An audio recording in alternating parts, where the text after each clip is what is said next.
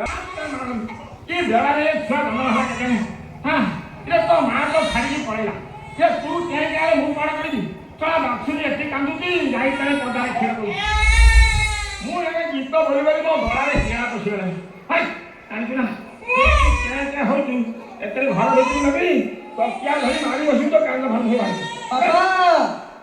ବାପା ମୁଁ ମଧ୍ୟ ଅନ୍ୟ କଥା କହିଲାଣି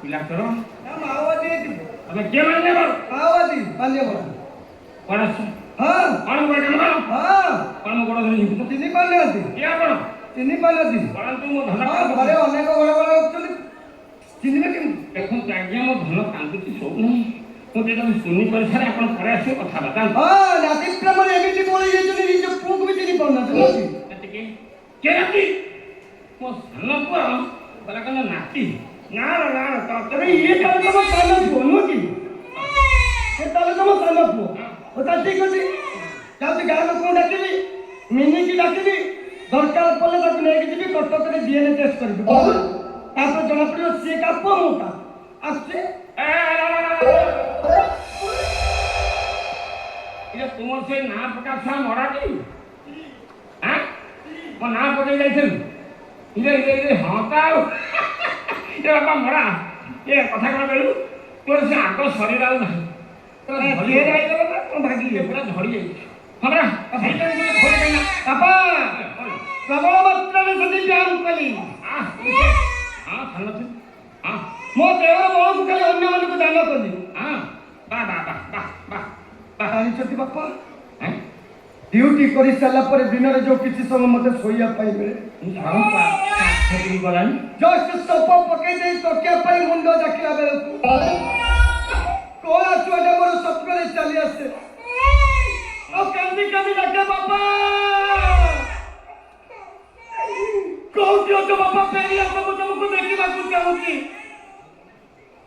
ବାପା ସ୍ୱପ୍ନ ମତେ ଦେଖାଦିଏ ବାପା ଫେରି ଆସ ମୁଁ ତମକୁ ଦେଖିବାକୁ ଚାହୁଁଛି ବୁଝିଲି ତାମାନେ ରକ୍ତର ଡାକରା ଶୁଣି ଆଉ ସମ୍ଭାଳି ପାଇଲି ଭିଡ଼ି ଛାତି ପିଟି ହେଇ ଚାଲି ଆଇଲି ଭଲ ଭଲ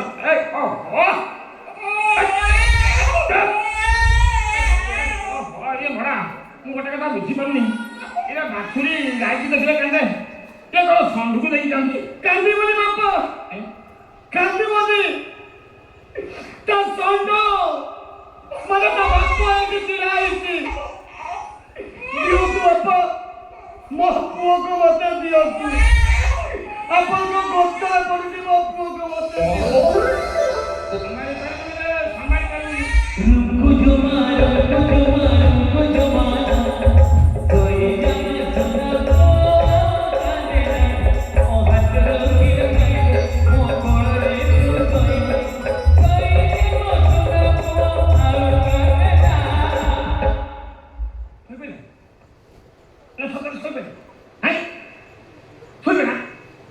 टेक्निक कौन जानते हो अरे मरा ये सकाल पर मु तो 8-10 डबा खंड क्षीर पी सारी कांद बंद हो नथा हे तू बापा धरी पकड़ कौन ता कांद बंद मेन स्विच देखि ना अपन हाय मेन स्विच छोड़े ना ए माने पड़े तो खाली दो रे बाबा दो हां कांद बंद ना छुआ कोलेरा कायदा तू पाइछु बाबा खाना तू से कथा मत कहि हां माने तुम 6 मास स्त्री मिनी गला करे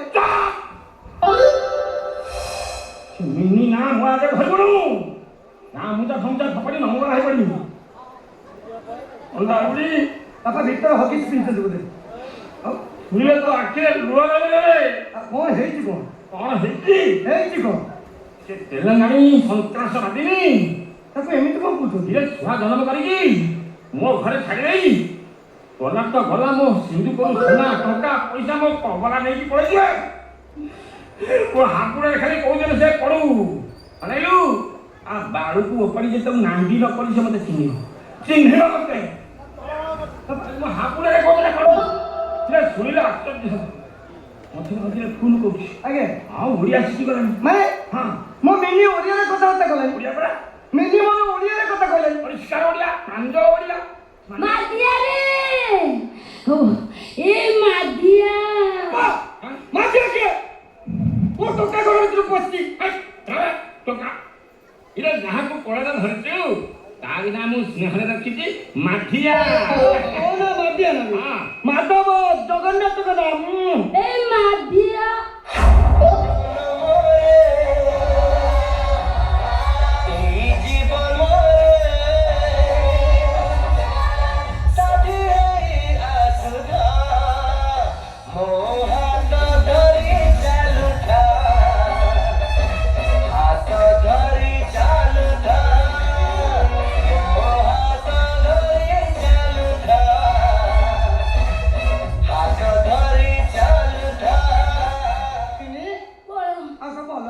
କଣ ଭଲ ଯେ ତମ ବାପାଟା ନାହିଁ ପୁରା ବୁଢୀ ଛେଳି ଭଳିଆ ଗନ୍ଧୁ ପୁରା ବୁଢୀ ଛେଳି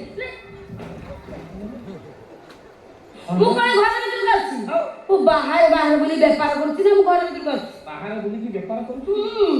ମୋ କବଳା କଣ କଲୁ? କବଲା ବିକି ଚୋରଣୀ ଚୋରଣୀ ମୋ ଟଙ୍କା ପଇସା ଚୋରି କରୁଛି। ବାପା ବାପା ଯୌତୁକ ନିର୍ଯାତନା ଯୌତୁକ ନିର୍ଯାତନା ମିନି ଆସ କଣ କହୁଛି ମୁଁ ଗନ୍ଧଉଛି? କଣ କହୁଛି ମୁଁ ଗନ୍ଧଉଛି? ମୁଁ ଗନ୍ଧଉଛି?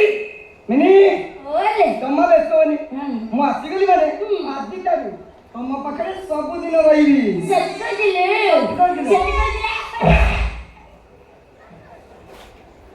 ଜମା ରଖେ ନହେଲେ ସବୁବେଳେ ମଝିରେ ବସି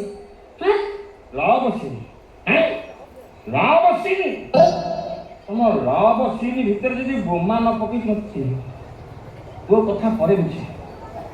ଧରମ ପୁଅ ନାଗ ଛକ କଣ କହିଲୁ? ଆସିଗଲୁ ମାନେ ଗୋଟେ ଏଠୁ ଯିବୁ ନା କୁଆଡେ ଯିବି? ବାড়িକୁ ଯୋଉଠି ମଝିରେ ଚାକିରି କରୁଛୁ ତା ସେଠି ଆଉ କଣ ଚାକିରି ଅଛି? ଚାକିରି କରିବା ରାତାରାତି ଚାକିରି ଚେଞ୍ଜ ହେଇଗଲା। ବଢିଆ ଅଛି। ତୁ ଯେମିତି କୌଶଳ କରି ଇଏ ତେଲେଙ୍ଗାଣି ହାତ ଧରି ମୋ ଧନ ପଇସା ସାରା ଲୁଟିଛ ତମକୁ ଜଗନ୍ନାଥ ମହାପ୍ରଭୁ ସେଇଭଳି ଅଭିଶାପ ଦେଇଛି। ବାପା ଅନେଇଲେ ମାଝି ସାର୍ ଆସିଲା ପରେ ନୂଆ ଗାଇଡଲାଇନ୍ ଆସିଗଲା। କଣ ଗାଇଲେ ମାନେ ଲେଡିଜ୍ ହଷ୍ଟେଲ ଆଉ ଯୁବକ ମାନେ କାମ କରିପାରିବେ ନାହିଁ। କିଏ କରିବ ପୁଣି? କରିବେ କିଏ କରିବ? 60 ବର୍ଷର ଉର୍ଦ୍ଧ ଯୋଉମାନେ ବୁଢା ବୁଢୀ ରହିଲେ ସେ ଲେଡିଜ୍ ହଷ୍ଟେଲ ସେମାନେ କାମ କରିବେ। ଟିକେ ପଟୁ ବୋତଲ ଧରିବୁ। ବାପା ଏଇଟା କୋଉଠି ଶିଖିଲେ?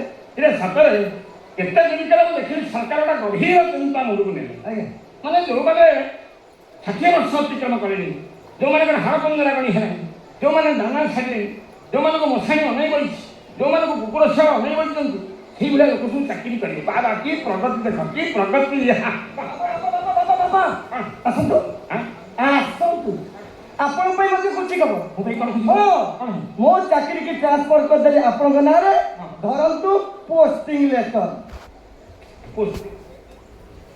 ମାନେ ତୋ ଚାକିରି ମୁଁ କରିବି? ହଁ ତୁ ଘରେ ବସିକି ଏଠି ମଟନ ଚିକେନ ମିଳିବୁ? ହଁ ମୁଁ କାହିଁ ଚାକିରି କରିବି? ମାନେ ନା ମୁଁ କାହିଁ ଚାକିରି କରିବି? ଯିବିନି କାହିଁକି ଯିବି? ମୋର ଜନ୍ମଡ଼ି ପଡ଼ିଛି। ଏ ଭର୍ତ୍ତା ବର୍ତ୍ତମାନ 1000 ପାଇବି, 3000 ପାଇବି। ଏ ଘରେ ବସିକି ଖାଇବି। ମୋର ଚାକିରି କ'ଣ? ମୁଣ୍ଡ ପିଛା ଚାଉଳ ପାଉଛି, ମୁଁ ଚାକିରି କ'ଣ? ଗୋଟେ ଜାବୁଡ଼ା ଦେବି ଯିବାକୁ ବାଟ ପାଇନି। ଚିନ୍ତାରେ ପର ପୁଅ କହିଲୁ କ'ଣ ନା ଜାବୁଡ଼ା ବାବୁ ଆଇଲୁ ଆବେ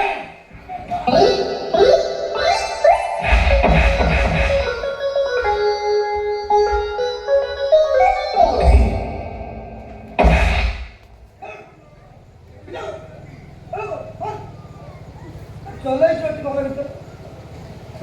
এটা কোন কুঁজা উঠে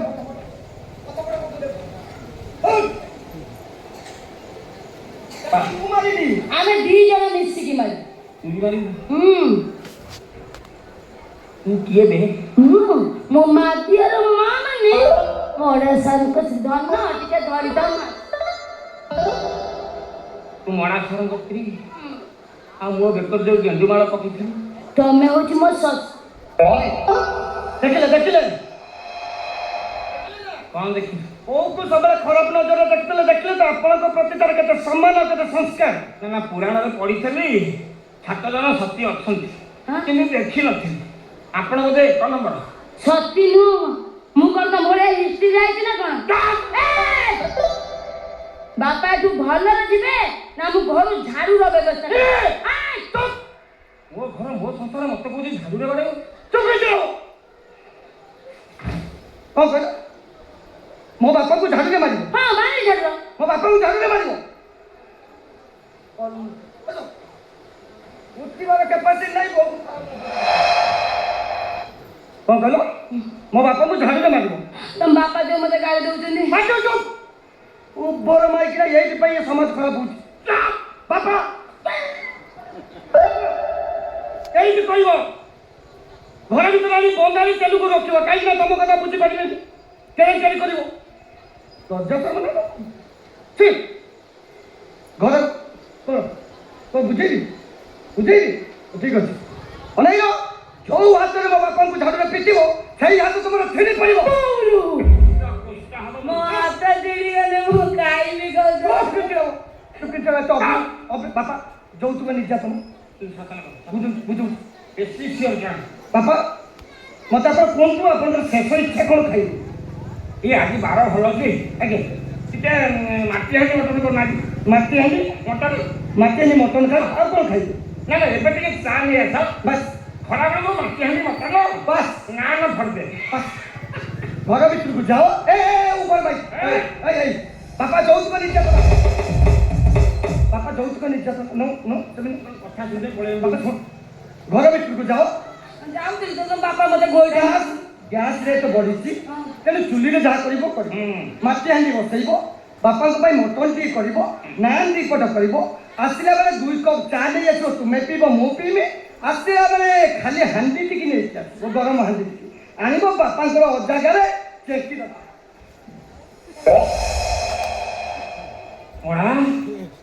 ମଡ଼ା ଏ ଶେଷରେ କଣ କହିଲୁ? ମୁଁ କହିଲି ଗରମ ଗୁଳୁଗୁଳି ହଉଛି ବାପାଙ୍କର ଅଜାଗାରେ ଗରମ ହାଣ୍ଡିଟି ଚେକି ଦେବା ଥଣ୍ଡା ଲାଗିବ। ଏଇ ଦିନ ଦେଖିବା ପାଇଁ ତତେ ପାଇଛି। ବାପା କଣ ଅସୁବିଧା ହେଲା କି? କହୁଛି କଣ ନା ଚା ତମେ ପିଇବ ଏ ହାଣ୍ଡି ଗରମ କରେଣି ବାପା ଠେଇଁ ମାରିବ। ଏଇ ତାଳିଟା ଉତ୍ତର ହଉ ଯୋଗ୍ୟ ପୁଅ ପଡ଼ିକି ମରିଥାନ୍ତେ କୁକୁର ଶିଆଳେ ଖାଇଯାଇଥାନ୍ତେ ଉଠେ ଜାଣି ପାଖରେ ରଖି ମଣିଷ କଲି। ବାପା କଣ ମଣିଷ କରୁଛନ୍ତି ମତେ କହିଲେ? ଯେତିକି ପାଉଛୁ କ୍ଷୀର ପିଇଛୁ ହଁ 4 ତଲା ବିଲ୍ଡିଂ ବାଡେଇଥାନ୍ତି ପାଠ ସାଠ ପଢେଇଲି ଆଉ କଣ କରିଥାନ୍ତି? ବାପା ଆପଣ କେବଳ ନୁହଁ ସମାଜରେ ବସିଥିବା ସମସ୍ତ ବାପା ମା ମାନେ କୁହନ୍ତି ଆମେ ଆମ ପିଲାଙ୍କ ପାଇଁ କିଛି କରିଛୁ। ଆମେ କରୁନୁ କିଛି କରୁନୁ ମତେ କୁହ କି କଥା? 2 ବର୍ଷ 2.5 ବର୍ଷରେ ହେଇଥିଲେ ଅଙ୍ଗନବାଡିରେ ନିଏ ଆଡମିସନ କରିଦେଲ। ଆଉ କଣ +2 ରେ ଆଡମିସନ କରିଛନ୍ତି? ସରକାରଙ୍କ ତରଫରୁ ଅଣ୍ଡା ଛତୁଆ ମିଲମେକର ଖାଇକି ମଣିଷ ହେଇଛି। ସବୁ ଛୁଆ ଖାଉଛନ୍ତି। 5-6 ବର୍ଷର ହେଲି ନେଇ ପ୍ରଥମ ଶ୍ରେଣୀରେ ଆଡମିସନ କଲ। ସରକାରଙ୍କ ତରଫରୁ ଡାଲମା ଭାତ ମିଲମେକର ଅଣ୍ଡା ସାଇକେଲ ଜୋତା ଛତା ଚଲା ଆରମ୍ଭ କରିକି ବସ୍ତ୍ର ପର୍ଯ୍ୟନ୍ତ ଦେଲେ। ତେଣୁ ମୁଁ ସରକାରଙ୍କ ତରଫରୁ ସବୁ ପାଇଛି ତେଣୁ ସରକାରଙ୍କର ଛୁଆ। ଆପଣ କଣ? ଧନ୍ୟ ଦେଖିଲ ୟାକୁ କହିବ ପ୍ରକୃତ ଯୋଗ୍ୟକୁ। ମୁଁ କିଛି କରିନାହିଁ ସରକାର ସବୁ କରିଛନ୍ତି। ଆଉ ଏବେ କହିଛନ୍ତି ପୁଣି ଫର୍ଚୁନର କରେଇବି। ହଉରେ ଚଣ୍ଡାଳ କାଇଦା କରି କେଲେ ନାଇକି ବାହାରୁ ମୋ ଧନ ପଇସା ସବୁ ଲୁଟିଲ।